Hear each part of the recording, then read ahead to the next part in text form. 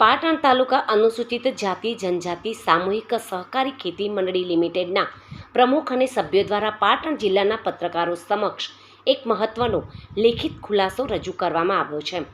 મંડળીના સભ્યો પરમાર ધનજીભાઈ નગીનભાઈ તેમજ પરમાર સુરેશભાઈ ગોવિંદભાઈ અને પરમાર પ્રબોધભાઈ ગોવિંદભાઈએ સંયુક્ત અહેવાલમાં જણાવ્યું છે કે કેટલાક અરજદારો દ્વારા સોશિયલ મીડિયા પર ખોટા પુરાવા ઊભા કરીને ભ્રામક વિડીયો વાયરલ કરવામાં આવ્યા છે. આ વાયરલ વિડીયોના માધ્યમથી મંડળીની પ્રતિષ્ઠાને હાનિ પહોંચાડવાનો સદંતર પ્રયાસ કરવામાં આવ્યો છે, જેની સામે સભ્યોએ આધાર પુરાવા સાથે વાસ્તવિક સ્થિતિ સ્પષ્ટ કરી છે. આ મંડળીમાં કુલ 97 સભ્યો નોંધાયેલા છે. મંડળીનો તમામ વહીવટ સંપૂર્ણપણે નિયમ અનુસાર જ ચાલે છે અને દર વર્ષે તેનું કાયદેસર ઓડિટ પણ કરવામાં આવે છે. મંડળી દ્વારા અનુસૂચિત જાતિના લોકોને રોજગારી પૂરી પાડવાનું પ્રશંસનીય કાર્ય પણ થઈ રહ્યું છે. જમીનો પરથી હદ વધારનાર DILR કચેરીની માપણી કરાવીને દબાણો દૂર કરવાની કાયદેસરની કામગીરી હાથ ધરવામાં આવી છે. તેમ છતાં કેટલાય ઈસમો દ્વારા જમીન પર ગેરકાયદેસર કબજો જમાવવા અને મંડળીના સભ્યોને હેરાન કરવા માટે પોલીસ તેમજ અન્ય વહીવટી કચેરીઓમાં ખોટી અરજીઓ કરવામાં આવી છે. જમીનની માલિકી અને કબજા અંગે પાટણની સિવિલ અદાલતમાં રેગ્યુલર દીવાની મુકદ્દમા નંબર 95/2025થી દાવો પડતર છે. આ કેસ અદાલતમાં હોવા છતાં સામાવાળાઓ દ્વારા જમીન પર ગેરકાયદેસર રીતે કબજો કરવાનો પ્રયાસ કરાઈ રહ્યો છે.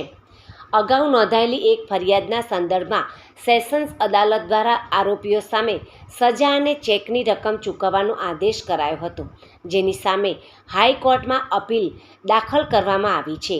આ અપીલ પડતર હોવા છતાં મંડળીના હોદ્દેદારો સામે ખોટા કેસો ઊભા કરવા અને દબાણ લાવવાના આશયથી સોશિયલ મીડિયામાં વિડીયો વાયરલ કરીને બદનામ કરવાનું કૃત્ય આચરવામાં આવ્યું હોવાનું સુરેશભાઈ પરમારે જણાવ્યું હતું. મંડળીના સભ્યોએ દેશની ન્યાયિક પ્રક્રિયા પર સંપૂર્ણ વિશ્વાસ વ્યક્ત કર્યો છે અને ગેરમાર્ગે દોરનારા તત્વો સામે કાયદેસરની કડક કાર્યવાહી કરવા માટે લેખિતમાં માંગ પણ કરી છે.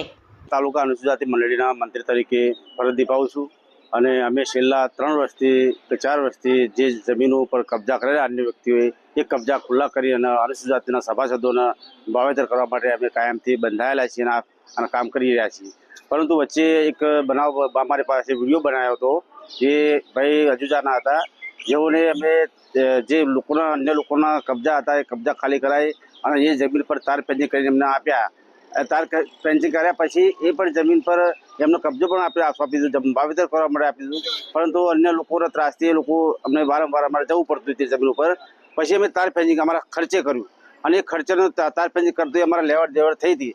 અમે પોતાના ખર્ચે તો મેં વાવેતર તાર પેન્સિંગ ના કરી શકીએ ને, એ તાર પેન્સિંગ લેવડથી એનો વિડીયો ફોટો બનાવી અને અમને બદનામ કરવા માટે પ્રયત્નો કર્યા. પરંતુ જે સામેવાળા જે અરજદાર જે છે અમારી સામે પરમાર નટવરભાઈ મુળાભાઈ અને એમને સાથે મળેલા ભાઈ સોલંકી વિનોદભાઈ અને એમના બીજા અન્ય વ્યક્તિઓ દ્વારા અમને મળીને બદનામ કરવા માટે આ લોકોએ વચ્ચે કલેક્ટર સાહેબને આવેદનપત્ર આપ્યું. એવા બધા બનાવો ખોટા પુરાવા ઊભા કરવામાં આવ્યા. અજુજા ગામમાં ગયા એ લોકો, પછી ચંદ્રમા ગામમાં ગયા, એના વેવે છે અજુરા ગામના, અમીન પાસે વિડીયો કરાયા અને ચંદ્રમા ગામમાં પણ ગયા એ લોકો આવ્યા પોલીસ સાથે અને ખોટી રીતે એમને હેરાન કરવા માટે પ્રયત્નો કરી રહ્યા છે. કેમ કે એમને 15/7 એમના પુત્રને સેશન કોર્ટમાં મુદત છે અને સજા થવાની છે અને સજા નીચલી કોર્ટે કરેલી છે અને સેશનમાં અપીલ ગયા છે અને સમાધાન કરવા માટે કોઈ પણ પ્રકારે હેન્ડ પ્રકારે આ સમાધાન કરવા માંગે છે. પરંતુ અમે અમારા સમાધાન કોઈ કરવાનું રહેતું નહીં.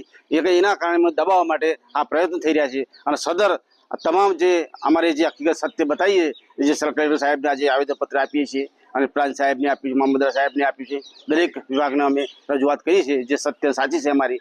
અમે કોઈ પણ મંડળીનો કોઈ ઉચાપત કે કોઈ પ્રકારનું કોઈ અનલીગલી કામ કર્યું નથી અને કરવાના પણ નથી. અમે સરકારે જે એમની જમીન ફાળવામાં આવી અનુસૂચિત જાતિ લોકોના, એ અનુસૂચિત જાતિના લોકો માટે ઉપયોગ કરીએ અને કરશું અને કરતા રહીશું.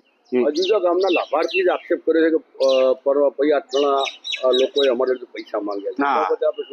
અજુજા ગામના જે લાભાર્થી તદ્દન ખોટી વાત છે. એમની સાથે અમારે લેવડ દેવડ થઈ હતી, પણ એ તાર ફેન્સિંગના પૈસા માટે લેવડ દેવડ થઈ હતી. બાકીની કોઈ લેવડ દેવડ જમીન બાબતે કોઈ લેવડ દેવડ થઈ નથી. બીજા સમાજને પણ જમીન આપવામાં આવી વાત ના, બીજા કોઈ સમાજને જમીન આપી શકીએ નહીં. આપી છે અમે એ લોકો સવર્ણ નથી અને આપી પણ નથી અને સવર્ણ સમાજ પાસે કબજા હોય એ કબજા ખાલી કરાવી અનુસૂચિત જાતિ લોકોને વાવેતર કરવા માટે આપીએ છીએ.